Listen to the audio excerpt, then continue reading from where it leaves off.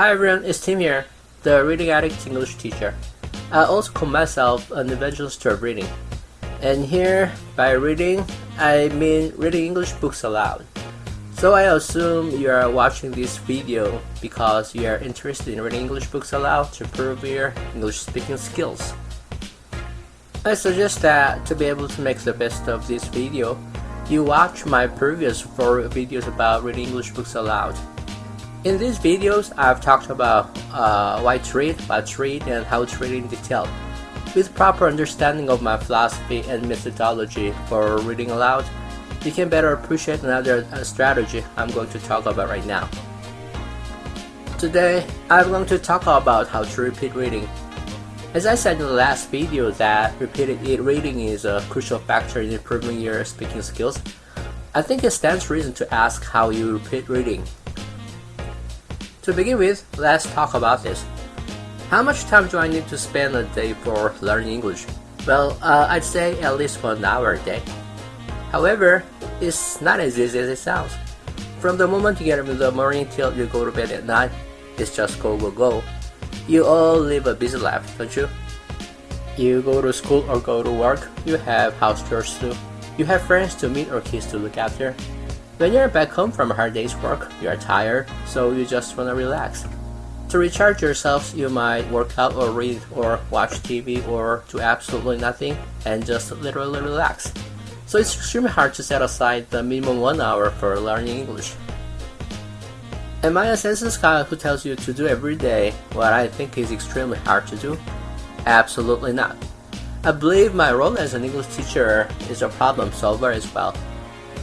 Of course, it's best if you solve your problems yourself in learning English, but sometimes when you fail to come up with proper solutions, I, as a teacher, might as well jump in and suggest solutions. Here's my solution for your minimum English learning time. It's like eating an elephant. Needless to say, you can't eat an elephant in one fell swoop. However, if you cut it into pieces and eat them one by one, you can make it.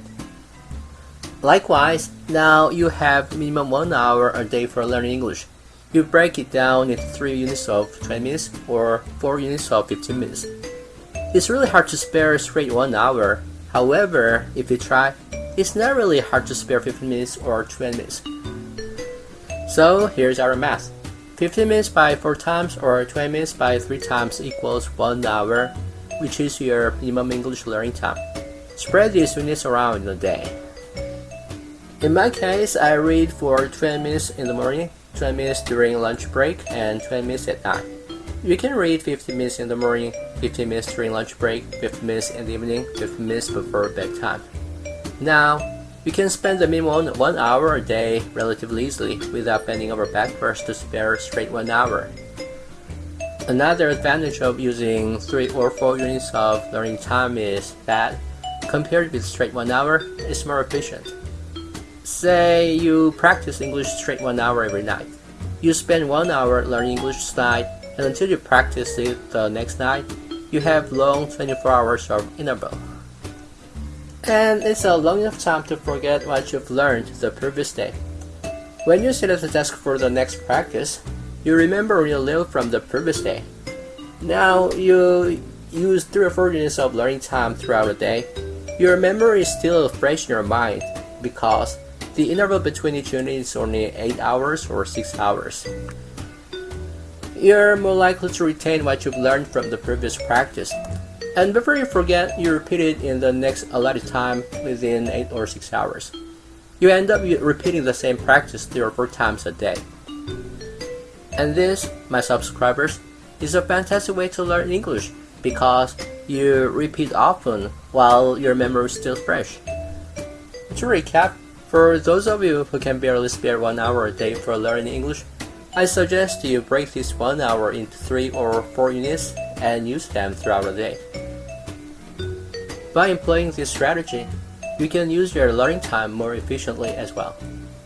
You think this video is informative and helpful enough for you to improve your English speaking skills? Please subscribe and ring the bell. Thank you.